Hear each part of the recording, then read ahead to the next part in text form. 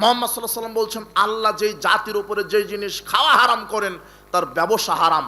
বিড়ি সিগারেট জর্দাগুল হারাম, ইয়াবা হারাম, ফেনচিডিল হারাম, তার ব্যবসা হারাম।